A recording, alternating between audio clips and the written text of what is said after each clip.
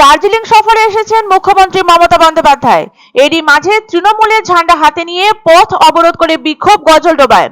অবিলম্বে গজলডোবার ব্যারেজ দিয়ে গাড়ি চলাচল করতে দিতে হবে, এই স্লোগান দিয়ে পথ অবরোধ করে বিক্ষোভ জানায় truck owner association, Odlabari tipper welfare association, Siliguri tipper welfare association. জানা যায়, দীর্ঘ বেশ কিছুদিন আগে গজলডোবার সেতু দুর্বল বলে হাইট বার লাগিয়ে ব্রিজের ওপর বালি পাথরের লরি চলাচল বন্ধ করে দেওয়া হয়েছে। যেখানে গজলডোবা ব্যারেজ সংলগ্ন ওদলাবাড়ি থেকে একাধিক ঘাট থেকে রয়্যালটি দিয়ে বালি পাথর নিয়ে যাওয়া হতো শিলিগুড়ি, জলপাইগুড়ি সহ বিভিন্ন জায়গায়। গজলডোবা ব্যারেজ বন্ধ থাকার জন্য সমস্ত জায়গায় বালি পাথর যাওয়া বন্ধ হয়ে রয়েছে। পাশাপাশি কর্মহীন হয়ে পড়েছেন হাজার হাজার সাধারণ মানুষ। না খেয়ে দিন কাটাতে হচ্ছে সাধারণ শ্রমজীবী মানুষদের। তাই বুধবার বিভিন্ন ট্রাক অ্যাসোসিয়েশন ও সাধারণ শ্রমজীবী মানুষেরা শিলিগুড়ি গজলডোবা জাতীয় সড়ক অবরোধ করে বিক্ষোভ দেখান। অপরদিকে গাড়ির মালিকের অভিযোগ, গজলডোবা ব্যারেজে হাইট বার লাগিয়ে সাইনবোর্ড লাগিয়ে দেওয়া হয়েছে, 6 টনের বেশি লোডের গাড়ি চলাচল করতে পারবে না। সেই পথ দিয়ে বড় বড় সিমেন্টের বস্তা নিয়ে বিভিন্ন ভারী যানবাহন চলাচল করছে, তবে তাদের গাড়ি আটকানো হচ্ছে না, শুধু বালি পাথরের গাড়ি আটকানো হচ্ছে বলে অভিযোগ। তাদের আরো অভিযোগ, তাদের গাড়ি যদি এইভাবে বন্ধ থাকে তাহলে মাস গেলে গাড়ির কিস্তি দেওয়া অসম্ভব হয়ে উঠবে তাদের পক্ষে। এই গাড়ির উপরে নির্ভর করে বহু মানুষের জীবন জীবিকা ও পরিবার। এই মুহূর্তে তারা কর্মহীন।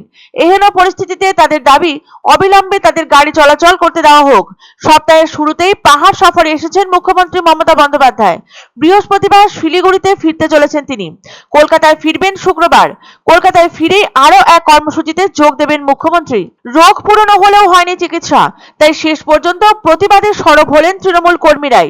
অবিলম্বে গজলডোবা ব্রিজ দিয়ে ডাম্পার চলাচল করতে দিতে হবে, এই দাবিতে গজলডোবা ব্রিজ আটকে বিক্ষোভ দেখালো তৃণমূল প্রভাবিত ট্রাক ওনার্স অ্যাসোসিয়েশনের সদস্যরা। বুধবার সকালে জলপাইগুড়ি ও শিলিগুড়ির মোট 3টি তৃণমূল প্রভাবিত ট্রাক মালিকদের সংগঠন মিলিত হয়ে এই কর্মসূচি পালন করে।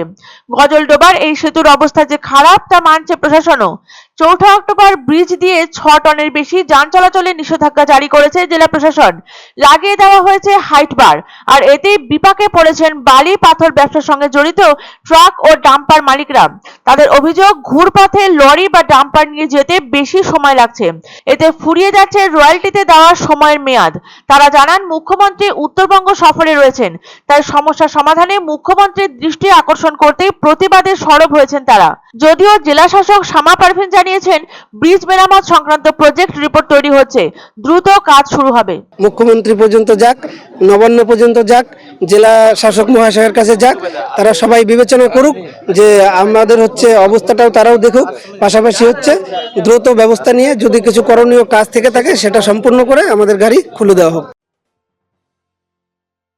ধামাকা ধামাকা ধামাকা, সানরাইজ মার্বেলের নতুন শোরুম শীঘ্রই আসতে চলেছে জলপাইগুড়ি গৌরীয় মঠের পাশে নতুন করলা সেতুর কাছে। এখানে পাবেন আধুনিক টাইলসের রকমারি সম্ভার। এক অন্য অনুভূতির স্পর্শ পাওয়া যায় রয়কো ব্র্যান্ডের গেঞ্জি ও জাঙ্গিয়ায়। তাই ছোট বড় সবার পছন্দ রয়কো গেঞ্জি ও জাঙ্গিয়া। প্রস্তুতকারক জয়মনি হোশিয়ারি, কলকাতা। আনন্দ সংবাদ, আনন্দ সংবাদ। 30 বছরের নির্ভরযোগ্য প্রতিষ্ঠান ইন্দ্রমণি রাইস মিল। আমাদের কয়েকটি জনপ্রিয় ব্র্যান্ড হলো তাজ, বরলি, খুশি ইত্যাদি। আমাদের factory outlet CG trading company, Dinbazar, axis ব্যাংকের পাশে, জলপাইগুড়ি। এখানে সুলভ মূল্যে গুণগত মানের সব ধরনের চাল পাওয়া যায়।